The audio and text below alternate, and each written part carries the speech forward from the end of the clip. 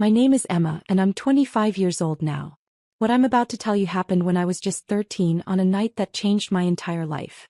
It was August 2013, and Hurricane Elena was bearing down on our coastal town in South Carolina. The news had been warning us for days about the Category 3 storm approaching, but nothing could have prepared me for the storm that would tear through my family that night. I remember standing in our living room watching the palm trees outside bend at impossible angles as the wind picked up. Rain was already pelting the windows so hard it sounded like gravel being thrown against the glass. My mother was rushing around, securing windows and moving furniture away from the sliding glass doors. My father was in the garage hauling sandbags. And my sister Jessica, who was 16 at the time, was on the phone with her boyfriend, crying about how scared she was. "Mom, should I move my stuff upstairs?" I asked, watching the water already pooling in our backyard. My mother barely glanced at me. "Emma, not now. I'm busy." "But the weather guy said." I said, "Not now." That's when Jessica came running down the stairs, her face blotchy from crying. Mom, I can't sleep in my room. The window is making that horrible whistling sound and the tree branches scraping the glass. I'm terrified." My mother immediately dropped what she was doing and wrapped her arms around my sister. "Oh honey, of course. We'll figure something out. You shouldn't have to be scared in your own home." I watched this exchange, feeling the familiar ache in my chest that I'd felt countless times before. Jessica was the golden child. Jessica was the one who mattered. Jessica's comfort, Jessica's feelings, Jessica's everything always came first. "She can sleep in my room," I offered, trying to be helpful. "I'll take her room for tonight." My father walked in from the garage just as I said this, soaking wet from the rain. "Nobody's switching rooms," he said firmly. "Jessica needs her own space. She's preparing for her SATs and she needs her study materials around her." "But Dad, the hurricane," I started. "Emma, enough," my mother snapped. "Your sister is going through a difficult time. Her boyfriend might be moving away next year and she's stressed about college applications. She needs stability right now." I felt my face flush with confusion and hurt. "But where will she sleep if not in her room or mine?" That's when my parents exchanged a look. It was a look I'd seen before, a look that always preceded something bad for me. My mother turned to me with an expression that was somehow both apologetic and determined. "Emma, you're going to need to give Jessica your room for a while." I blinked. "What? Where will I sleep?" "We'll set something up in the garage," my father said, not meeting my eyes. "Just temporarily until the storm passes and we can figure out a more permanent solution." The garage. I couldn't believe what I was hearing. "Dad, there's a hurricane coming. The garage floods every time it rains hard." "Don't be dramatic," my mother said sharply. "We'll put your mattress on cinder blocks. You'll be fine for a few nights." But I wasn't being dramatic. I was being realistic. Our garage had flooded 3 times in the past 2 years during regular rainstorms. During a hurricane, it would be a swimming pool. "Please," I begged, feeling tears starting to form. "I'll sleep on the couch. I'll sleep in the hallway. Just don't make me sleep in the garage during a hurricane." Jessica looked uncomfortable for a moment, but then my mother's hand on her shoulder seemed to remind her of her position in the family hierarchy. "Emma, stop being selfish. Your sister needs this." Over the next hour, as the wind howled louder and the rain intensified, I watched my father move my mattress, my clothes, and my few possessions into the garage. He set the mattress on 4 cinder blocks, which raised it maybe 8 inches off the concrete floor. My mother brought out one thin blanket and a flashlight with dying batteries. "This is just for tonight," she said, though her eyes told me she was lying. "Tomorrow we'll figure something better out." By 8 p.m. the hurricane was in full force. The power had gone out and I could hear things crashing and banging outside. Water was already seeping under the garage door, creating a growing puddle that was slowly spreading across the floor. I sat on my mattress, hugging my knees, trying not to cry as I listened to my family inside the house. I could hear them talking and laughing in the living room. My father had set up the camping lanterns and they were probably playing cards or board games to pass the time like we usually did during storms. Except this time I wasn't included. Around 9 p.m. the water in the garage was already 3 inches deep. It was lapping at the cinder blocks and I knew it would reach the mattress soon. I was cold, wet, and terrified. Every crack of thunder made me jump. Every time the wind slammed something against the garage door, I was sure it would come crashing in. I tried the door that connected the garage to the house. It was locked from the inside. I knocked. Softly at first, then harder. Mom? Dad? The water's getting really high out here. No answer. Either they couldn't hear me over the storm, or they were choosing not to hear me. I knocked again, this time pounding with my fist. Please. The garage is flooding. Still nothing.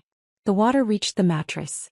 I stood on it, balancing on the soggy surface, and tried to call out louder. Dad. The water's on the mattress now. Please let me in. Finally, I heard footsteps. The door opened a crack and my father's face appeared, backlit by the warm glow of the camping lanterns. Behind him, I could see my mother and Jessica sitting comfortably on the couch, wrapped in blankets.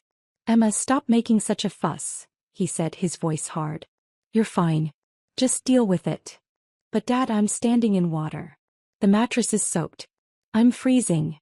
Your sister needs her space, he shouted, and for the first time in my life, I saw something in my father's eyes that scared me.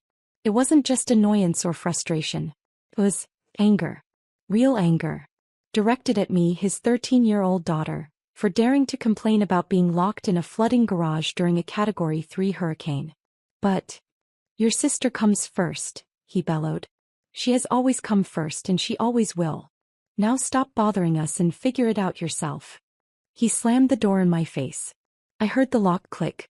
I stood there in the dark, in the water that was now up to my ankles, listening to my own father tell me that my sister, who was 3 years older than me and perfectly capable of handling some noise, mattered more than my safety. That her comfort was worth more than my life. That's when something broke inside me. Not loudly, not dramatically, but quietly and completely. The last thread of hope that my parents loved me, that they valued me, that I mattered to them at all. It snapped. I was shaking, but not from cold anymore. I was shaking from a rage and hurt so profound that I didn't know what to do with it. I was 13 years old and my parents had just shown me exactly what I was worth to them. Less than my sister's preference for which room she slept in during a storm. The water was up to my shins now. The garage door was rattling violently. I knew I had to do something or I might actually die out here. Not because of the hurricane, but because my parents had decided my sister's temporary comfort was worth more than my safety. I tried the door to the house one more time. Locked. I tried the garage door opener, but the power was out. The manual release cord was underwater somewhere. I was trapped. That's when I remembered my Uncle Robert. Uncle Robert was my father's younger brother, and he lived about 30 minutes away. He and my father had some kind of falling out years ago. I never knew the details, but they barely spoke. Uncle Robert had never married, had no kids of his own, and the few times I'd met him at family gatherings, he'd always been kind to me. He'd asked me about school, remembered my birthday, treated me like I mattered. I had his phone number in my cell phone because he'd given it to me last Christmas and told me, if you ever need anything, kiddo, you call me.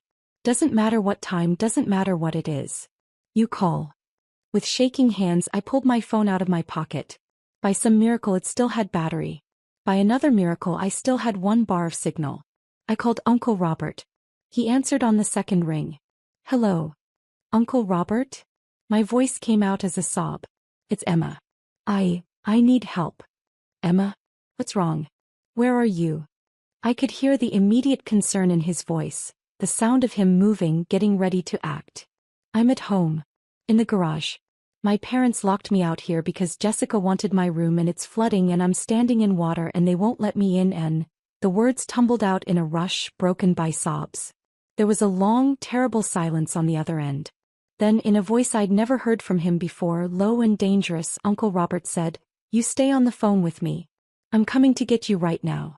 Do you understand me? I'm coming and I'm going to get you out of there. But the hurricane. I don't give a damn about the hurricane. You're a child and you're in danger. I'm leaving right now. True to his word, I heard a door slam on his end, heard an engine start. Emma, honey, keep talking to me. Tell me exactly where you are in the garage. I told him everything while I heard him driving, heard the windshield wipers going at full speed, heard him cursing at the weather and at my parents in equal measure. He kept me talking, kept me calm, kept me focused on his voice instead of the rising water and the howling wind. I'm about 10 minutes out, he said. The roads are bad, but I'm coming. You hold on, sweetheart. When I finally heard the sound of his truck pulling into our driveway, I wanted to cry with relief. I heard him get out, heard him pounding on the front door of the house. I could hear his voice, muffled but angry, shouting at someone. Then the garage door's manual release was yanked from the outside, and the door started to rise. Rain and wind poured in, but I didn't care because there was Uncle Robert, soaking wet, his face a mask of fury as he waded through the water toward me. "Come here," he said, and he scooped me up like I weighed nothing, carrying me out of the garage and toward his truck. That's when I saw them. My parents were standing in the doorway of the house, backlit by the warm light inside. My mother had her hand over her mouth. My father's face was red, angry. "You have no right," my father shouted over the storm. "She's my daughter." Uncle Robert turned, and the look he gave my father could have melted steel. "She's a child. Your child. And you locked her in a flooding garage during a hurricane." He was shaking with rage, still holding me against his chest. "What is wrong with you?" "She was fine. She was being dramatic," my mother called out, but even she looked uncertain now. "She's standing in a foot of water, Jennifer. She's been out here for hours." She called me terrified because her own parents wouldn't let her in the house. Uncle Robert took a step toward them, and I felt his whole body vibrating with anger. "You could have killed her. For what?" "So Jessica could have a quieter room." Jessica appeared behind our parents, her face pale. For a moment she looked guilty, but then my mother pulled her close, protective. "We were going to check on her," my father said, but his voice lacked conviction. "When?" Uncle Robert demanded. "When the water reached the ceiling. When she drowned in your garage." I was shivering violently now, and Uncle Robert seemed to remember I was there. He turned back to his truck. "I'm taking her. Don't call me. Don't come looking for her. If you come near her, I will call the police and report what you did tonight. Do you understand me? You can't just take my daughter," my father shouted. Uncle Robert opened the passenger door of his truck and carefully set me inside, wrapping his jacket around me. Then he turned back to my parents one last time. "I already did. And if you had any decency, you'd be grateful someone gives enough of a damn about her to make sure she doesn't die in your garage." He got in the truck and we drove away. I watched through the rear window as my parents stood in the doorway, getting smaller and smaller, until we turned the corner and they disappeared from view. Uncle Robert's house was farther inland, away from the worst of the flooding. It was a modest two-bedroom place, but it was warm and dry and safe. He brought me inside, gave me dry clothes that were way too big for me, and made me hot chocolate while the hurricane raged outside. "You're staying here," he said, not as a question but as a statement. "As long as you need to. As long as you want to." "They're going to want me back," I whispered, though even as I said it I wasn't sure it was true. Uncle Robert's jaw tightened. "Let them try." Then his expression softened and he sat down across from me at his kitchen table.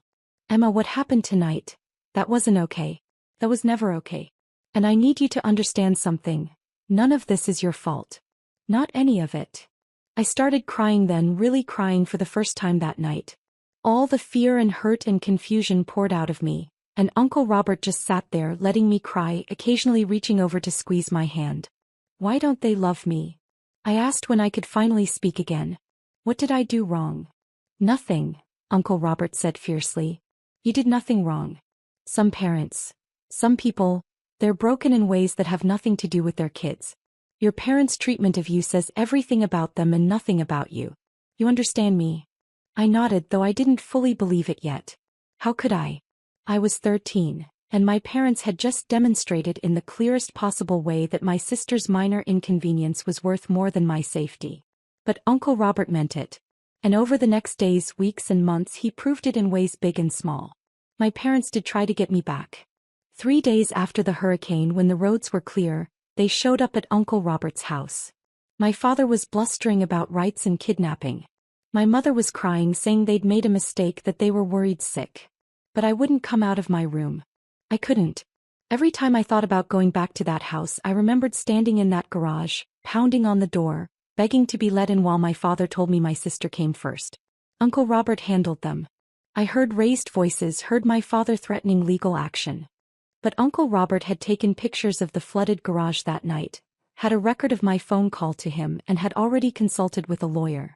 He made it clear that if they pushed this, he would push back, and what happened that night would become public record. They left without me. Jessica called me once 2 weeks later. "Emma, Mom and Dad are really upset. When are you coming home?" I'm not, I said quietly. Don't be ridiculous. You're 13. You can't just decide to live somewhere else. Why didn't you say anything? I asked. That night when Dad was moving my stuff to the garage, when you could hear me knocking and calling for help, why didn't you say anything? There was a long silence. Then, it wasn't my fault. I didn't know it would flood that badly. But you knew I was out there. You heard me. And you didn't care. You're being dramatic. I hung up. She didn't call again. Uncle Robert became my legal guardian through a process I didn't fully understand at the time. There were court dates and lawyers and social workers. My parents fought it initially but not very hard. I think part of them was relief to not have to deal with me anymore. I was the daughter who didn't fit their narrative, who didn't perform the way Jessica did, who required actual thought and care instead of just being easy. So they let me go. And Uncle Robert took me in not as an obligation but as a joy. He enrolled me in a new school closer to his house. He learned how to braid hair by watching YouTube videos so he could help me in the mornings. He came to every parent-teacher conference, every school play, every band concert. He taught me how to change a tire, how to manage money, how to stand up for myself. More than that, he taught me what unconditional love looked like. It looked like driving through a hurricane to save someone. It looked like patient encouragement when I struggled with algebra. It looked like sitting up with me until 2 a.m. when I couldn't sleep because of nightmares about being trapped in that garage. You're going to do amazing things, Emma, he would tell me. You're smart and strong and kind. Don't let anyone ever make you believe otherwise. And slowly, painfully, I started to believe him. I threw myself into school. Partly because I genuinely loved learning, but partly because I wanted to prove something, to my parents, to myself, to the world. I wanted to prove that I was worth more than they'd valued me. That throwing me away had been their loss, not mine. I made honor roll every semester. I joined the debate team. I volunteered at the local animal shelter. I started a coding club at my high school. I was elected student council president my junior year. And all the while, Uncle Robert was there, proud of every achievement, big or small. That's my girl, he'd say, and I'd feel a warmth in my chest that I'd never felt with my parents. When it came time to apply for colleges, Uncle Robert and I spent hours researching schools and scholarships. He made it clear that money wasn't an issue. He'd find a way to pay for wherever I wanted to go.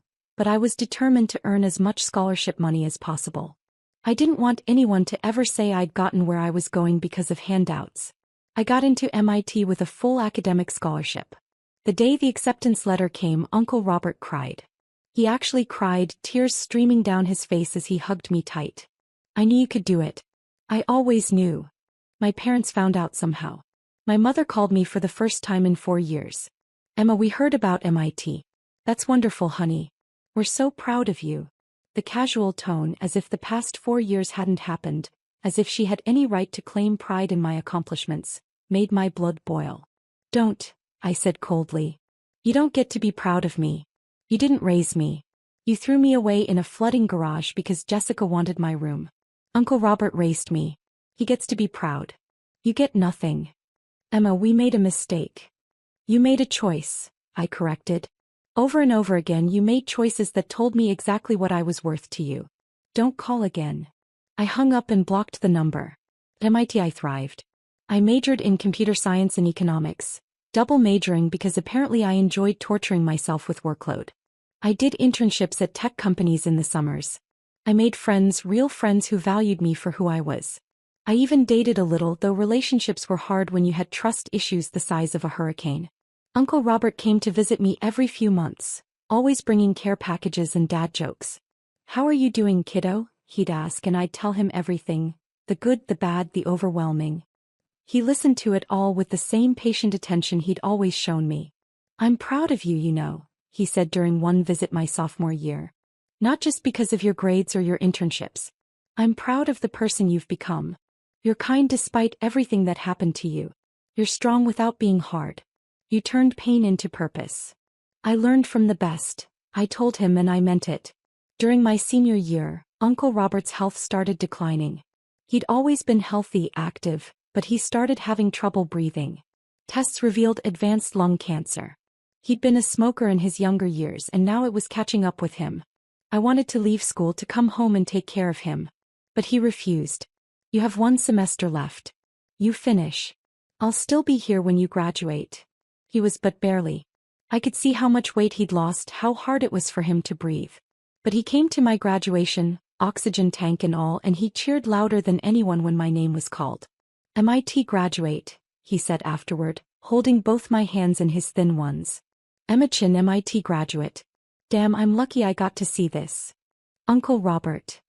I need to tell you something," he interrupted, his voice serious. "I've been updating my will. When I'm gone, everything goes to you.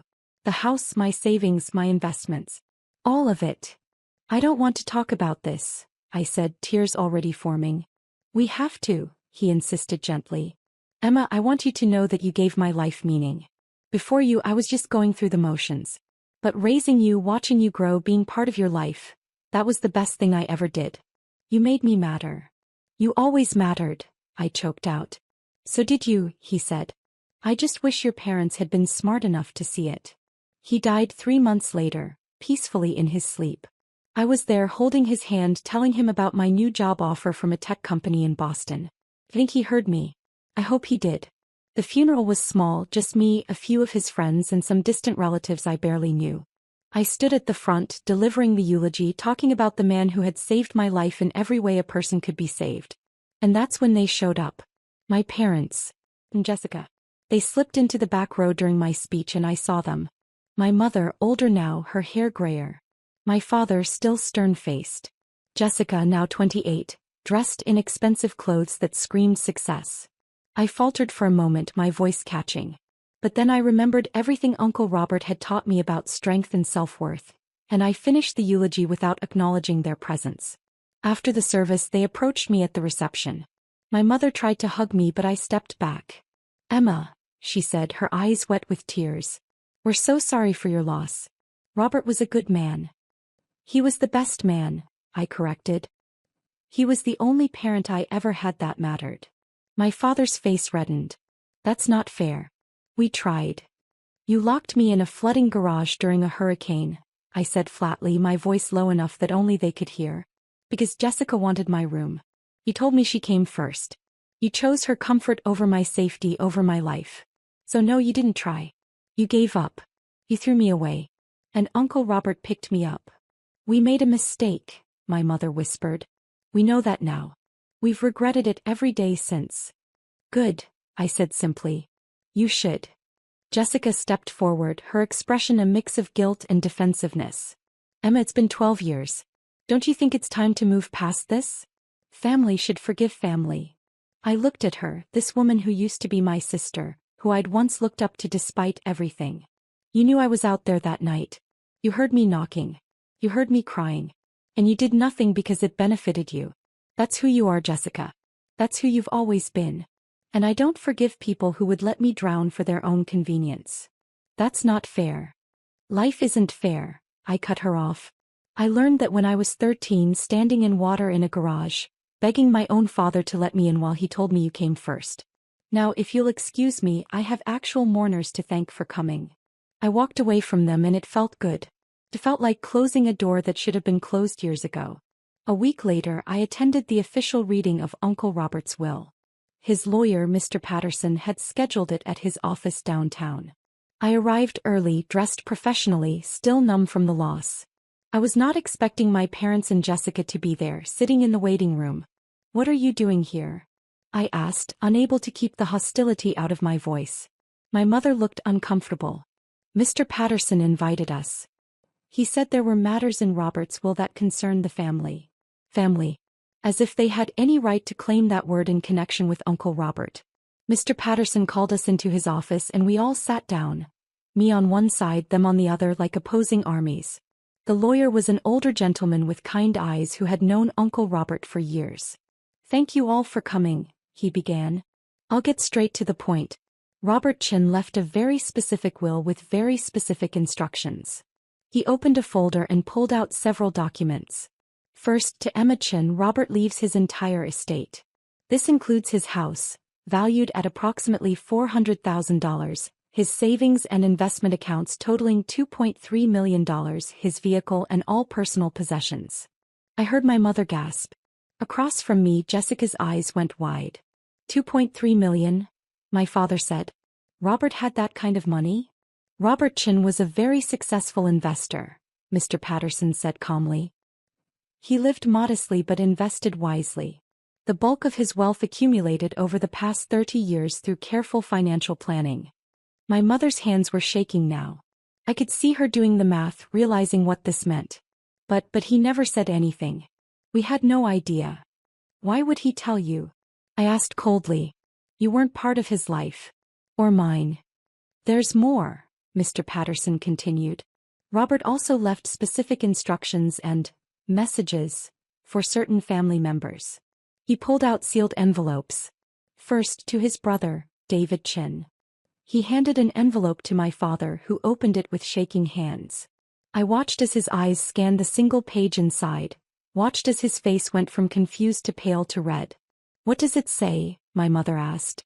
My father's voice was hoarse as he read aloud.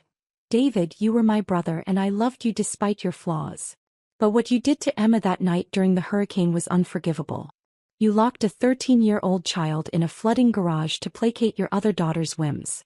You chose convenience over safety, preference over protection. You failed as a father in the most fundamental way possible. I took Emma in not because I had to, but because I wanted to. Because she deserved someone who saw her worth. She has become the greatest joy of my life, and you missed every moment of watching her grow into an extraordinary woman because you were too blind to see what was right in front of you. You lost a daughter who would have made you proud. I gained one who made my life meaningful. I hope in your old age you think about that choice and regret it every single day. The money I'm leaving Emma? That's 12 years of child support you never paid, invested and grown. You gave me your daughter. I gave her a future. We are not even. The silence in the room was deafening. My mother was crying now, her hands over her mouth. My father's face was ashen, the letter crumpled in his fist. There's one for you as well, Jennifer, Mr. Patterson said gently, handing my mother an envelope. Her hands shook so badly she could barely open it. When she did, her voice broke as she read. Jennifer, you stood by and watched your husband endanger your child. You made excuses. You prioritized one daughter's comfort over the other daughter's life. That is not a mistake. That is a choice. Emma needed a mother that night and every night after, and you failed her. I became her family because you abdicated your role. She graduated MIT with honors. She has a promising career. She is kind and brilliant and strong. And you know none of this firsthand because you threw her away. Live with that. Jessica had gone very pale. Is there one for me? Mr. Patterson nodded and handed her an envelope. She read it silently, but I saw tears streaming down her face. When she finished, she looked at me with an expression of such guilt and sorrow that I almost felt sorry for her. Almost. What did it say? I asked, my voice hard. She swallowed hard. It says, Jessica, your sister was locked out in a hurricane so you could have her room. You heard her crying for help and did nothing. You benefited from her removal and never questioned it. You got the parents' attention, the resources, the support that should have been shared. You built your success on the foundation of Emma's exclusion.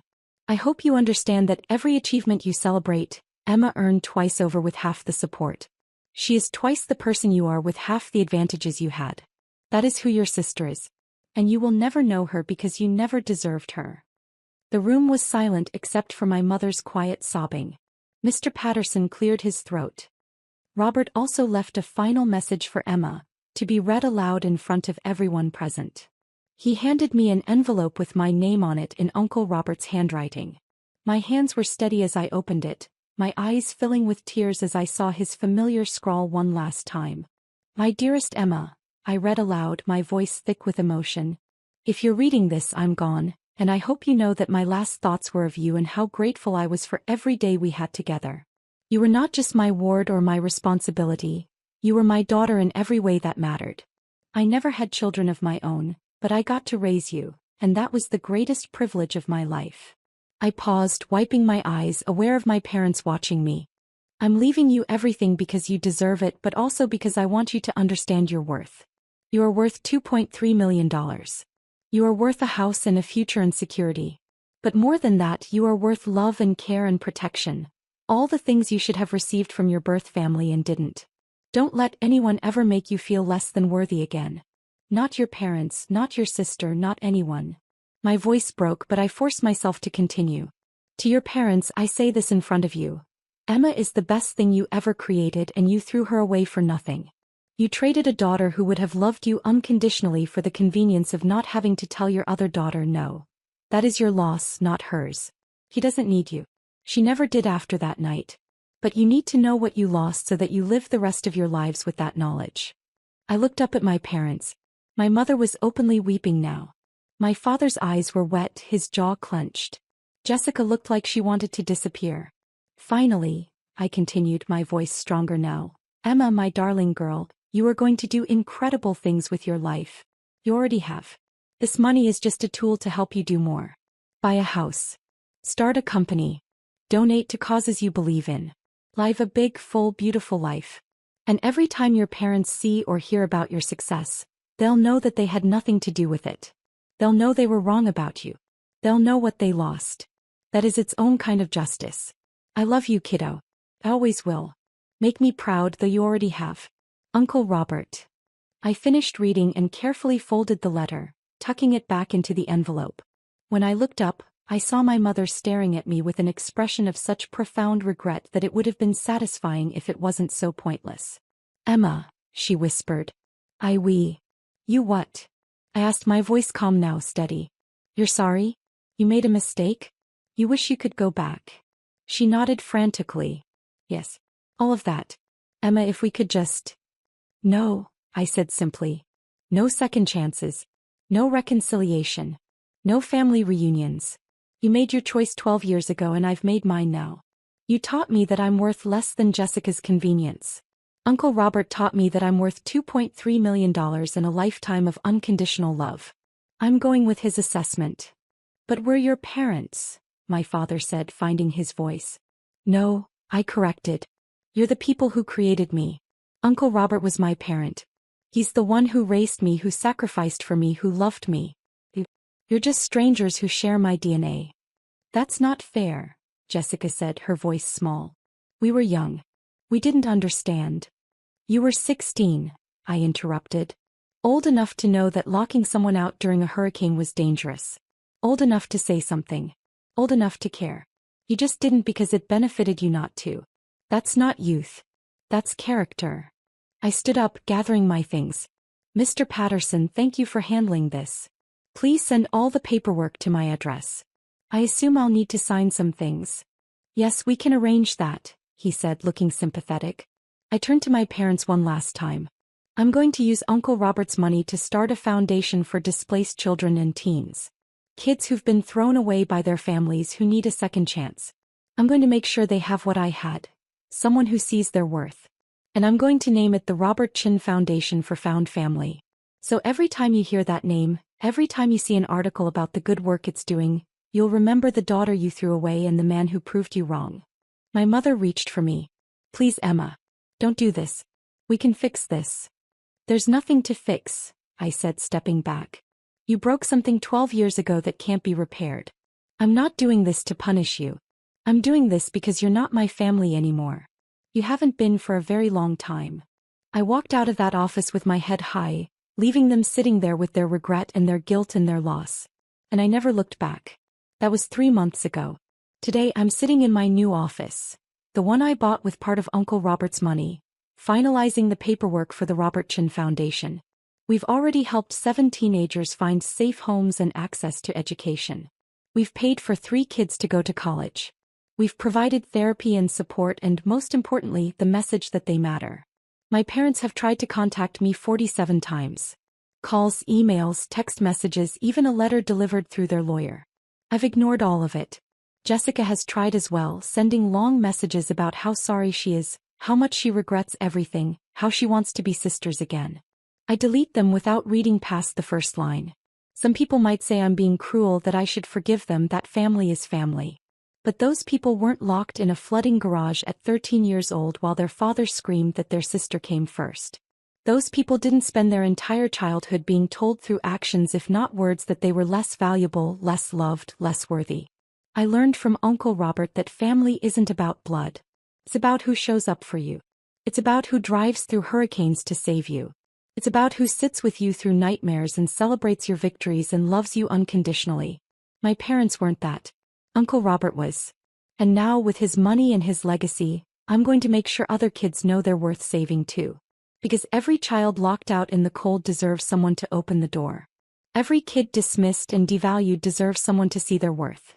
Every daughter or son thrown away deserves to know they matter. Uncle Robert taught me that. And now I'm going to spend the rest of my life teaching it to others. My name is Emma Chin. I'm 25 years old. I'm worth $2.3 million, but I learned from the best that my real worth has nothing to do with money. It has everything to do with the love I received from the man who became my real father. The one who proved that family is a choice, not an obligation. And I choose to honor his memory by being that person for someone else. That's the best revenge I could ever have. If you enjoyed this story, drop a comment and let me know where you're watching from. Your support means everything.